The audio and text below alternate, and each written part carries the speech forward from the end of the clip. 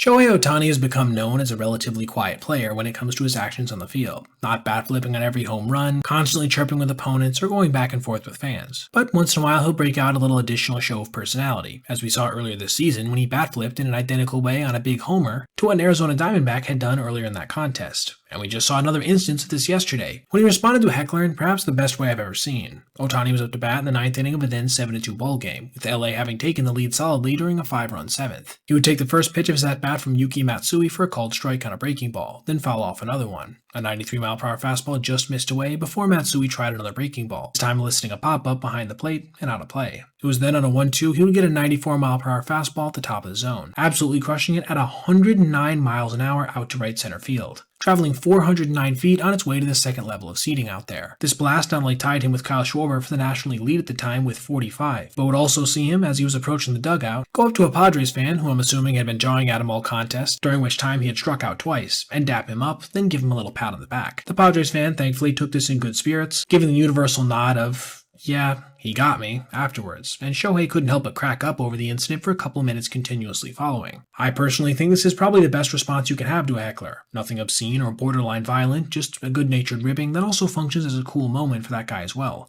Getting owned by one of the best baseball players of all time? That's a memory he'll never forget, while also simultaneously getting a little humbled in the process. LA would go on to close this one out by that final score of 8-2, pulling them back into a tie for the time being in the NL West with San Diego, in what has become undoubtedly one of the best rivalries in the sport today. Now, before we go, I want to know what you guys think. Is this the best way you can possibly respond to a heckler? And if not, what do you think would be a better one? Let me know your thoughts in the comments below.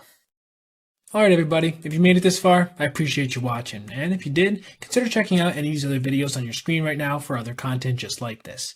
Also, if you ever see anything you'd like to see me detail in the video, feel free to reach out to my email, basebpoet@gmail.com, and if I end up using your idea, I'll give you a shout out. Thanks for watching, have a great rest of your day.